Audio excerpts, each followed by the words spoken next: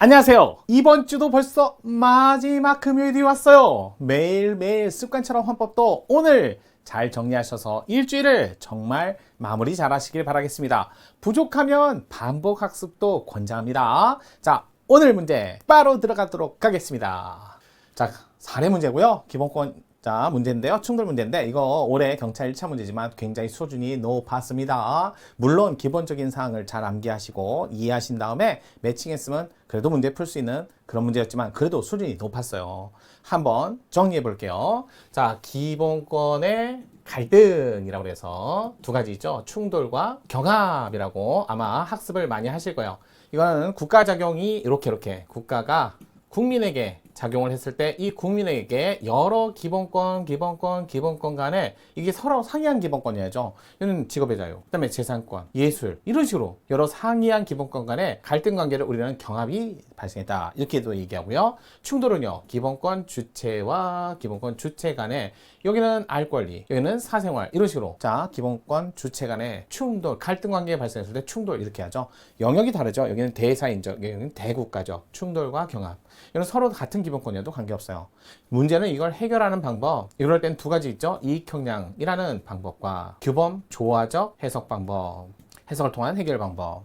자, 여기서는요, 모든 기본권을 다 보장해 주는 게 가장 아름답지만 그게 안 되니까 당해 사항과 직접 관련된 기본권 이렇게 얘기하죠. 물론 특별, 일반 기본권이 있으면 특별 기본권 우선하면 되고요. 그게 안 되면 자, 사안과 관련성이 직접 관련성이 있는 걸 우선적으로 한다 이렇게 나오는 거고요. 그 다음에 그래도 안 되면 최강 효력설 이렇게 해결을 합니다.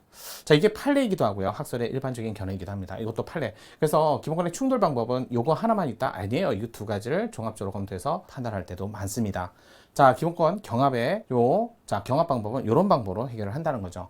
그러면서 대표적으로 이게 알 권리와 사생활 이런 것도 있고요. 똑같이 사생활인데 여기에 생명권까지 붙어 있는 흡연권과 혐연권 이런 것도 있었잖아요. 그럴 때 이익형량은 서로 간에 우열 관계가 있을 때고 여기는 우열 관계가 성립이 안 될 때 쓰는 거고요. 우열 관계 있는 거 이거죠. 흡연권과 협연권 사건. 그다음에 소극적 단결권, 적극적 단결권 이런 식으로 우열 관계가 있을 땐 이익형량 방법을 쓰고요. 그다음에 알 권리와 사생활 이런 식으로 서로 대칭 관계, 우열 관계가 성립 안 될 때는 규범자적 해석을 통해서 해결한다. 이게 자 기본권 충돌의 해결 방법이었어요.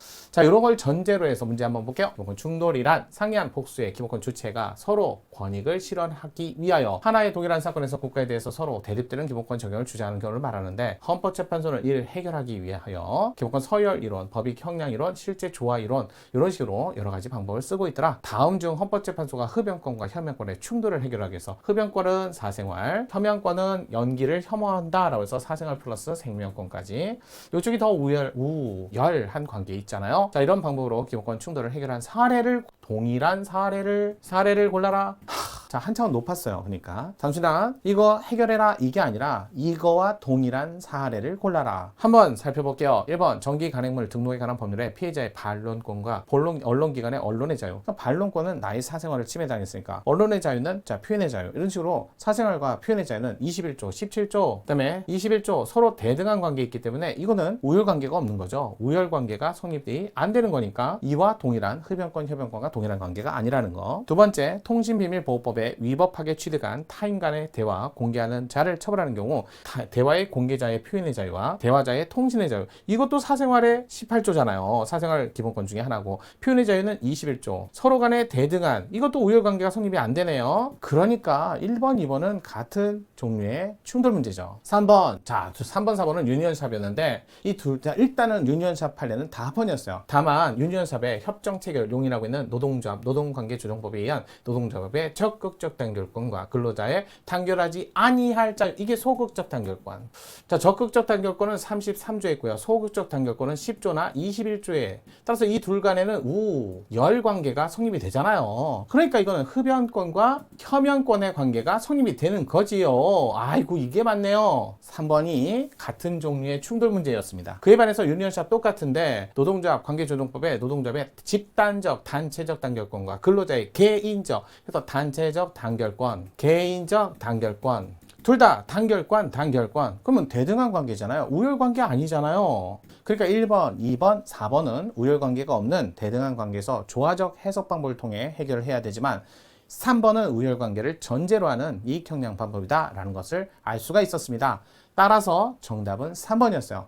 이게 한 차원 약간 어려운 문제였어요. 이거 한 번에 그냥 해결한다 안 한다 이것도 어려운데 거기다 한 번 더 업그레이드한 문제다 보니까 굉장히 어려운 문제 중에 들어갑니다. 이거 앞으로 계속 이런 식으로 문제 나오지 않을까요? 같은 유형의 판례를, 같은 유형의 충돌을, 같은 유형의 경합은 같은 유형이 없어요. 충돌에만 발생하는 거죠. 충돌 문제에서 이거 앞으로 계속 나올까 싶어 여러분에게 소개했습니다. 일주일을 마무리하는데 정말 좋은 문제였습니다. 이렇게 해서 정리하시고요. 이번 주도 잘 오셨어요. 그러면 다음 주도 저랑 함께 하실 거 맞죠?